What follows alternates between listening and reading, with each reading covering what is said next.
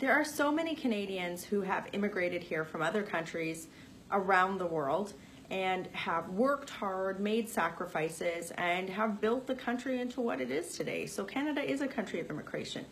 It stays that way when we have planned, orderly migration. So you've heard me talk to you many times that I'm deeply concerned about what's happening at the US-Canada border. We know that the Justin Trudeau Liberal government is letting in, tens of thousands of people from the United States. They're illegally entering the country, and the Trudeau government has done nothing to counter this. Justin Trudeau himself has tweeted #WelcomeToCanada. So for the people who have come to Canada through legal means, anybody can tell you how long it takes to get into this country legally. Under the Liberal government, we've seen big time wait lists for people who are trying to sponsor their spouses, who are trying to immigrate through economic channels. In fact, people who have even raised funds to privately sponsor refugees to Canada. That's where groups of Canadians come to Canada or come together and raise funds to private funds to bring people to Canada who are, let's say, in UNHCR refugee camps. The wait times for some of those people to come to Canada right now is upwards of 7 years. So I've been asking the minister why he thinks it's compassionate or fair for him to have made the decision to move upwards of 80 full-time employees from processing lines and that processing other immigration applications for people who are trying to come here by playing by the rules, to processing the work permits and other claims of people who are coming to the country through illegally crossing the border from the United States of America, circumventing that agreement that we have with the United States, the Safe Third Country Agreement, and then looking and telling the rest of the country that, hey, this is something that is fair and compassionate. I've had many new Canadians come to me and say, I don't think this is fair. And certainly, the minister, I want you to watch what he has to say when I ask him why his decision to move people, to expedite the claims of people who have come to Canada illegally is a good one. Watch what happened in question period today. The Prime Minister has moved over 80 full-time employees from processing applications who are trying to legally immigrate to Canada to process work permits for people entering Canada illegally from the United States. Yet we know that LGBTQI plus refugees waiting in UN camps wait for years to come to Canada under this government. How is it compassionate to send resources to prioritize the applications of illegal border crossers from the United States of America while persecuted LGBTI refugees have to wait? Honourable Minister of Immigration. Mr. Speaker, promoting the rights and dignity of LGBTQ2 people at home and abroad has been a priority for this government. What was their record under that party, Mr. Speaker? They were forced by the opposition to put back LGBTQ2 rights in the Citizenship Guide after they removed those rights and a mention of those rights under the Citizenship Act.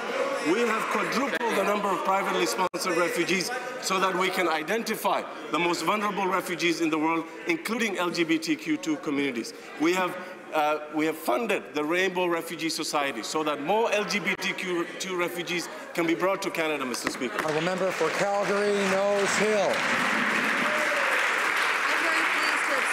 Government that was the first to include LGBTQI rights in Canada's Citizenship Guide.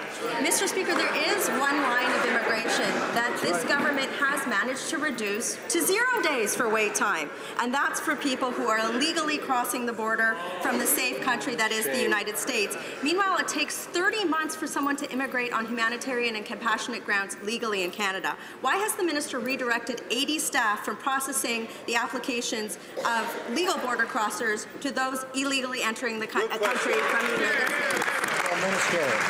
Mr. Speaker, let's compare our records.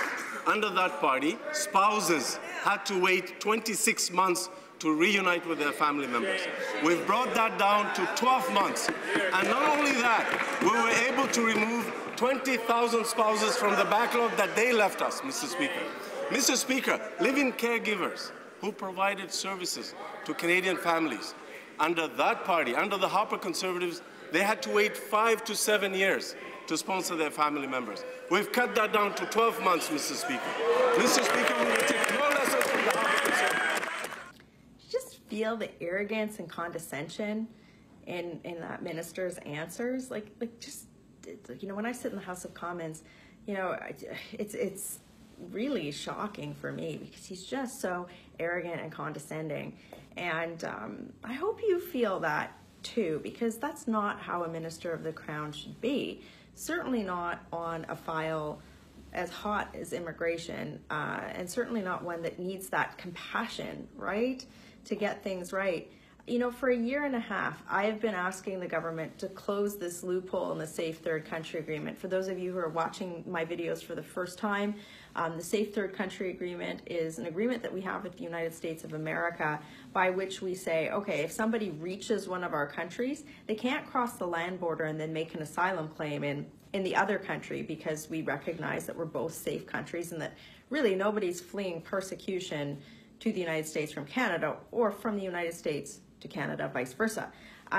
So this agreement only applies at official points of entry. When it was drafted, it was silent on what happens if somebody illegally crossed the border. So tens of thousands of people have caught on to this loophole and are entering Canada from the United States of America, and they're making asylum claims. And of course, our system is super backlogged because Justin Trudeau tweeted #Welcome to Canada. All of these people are exploiting this loophole now. You don't have to take my word for it. The Minister of Public Safety, Justin Trudeau's Minister of Public Safety, even said that 90% of people would be deemed ineligible. However, they've only removed 1% of these people who have come in the last year, and they are expediting work permits for them. In fact, over 12,500 work permits have been issued for people who have arrived this way in the last year. So, you know, I'm going to keep holding the Trudeau government to account. The fact that everybody's talking about this and talking about the fact that it's not fair to new Canadians, it's not fair to people who are playing by the rules, is something that I think is really starting to resonate across the country. And I know that the Liberal government is going to have to answer to you for their failure in this area. So I'm going to keep holding them to account with your help, working hard for you in Ottawa. Have a great day.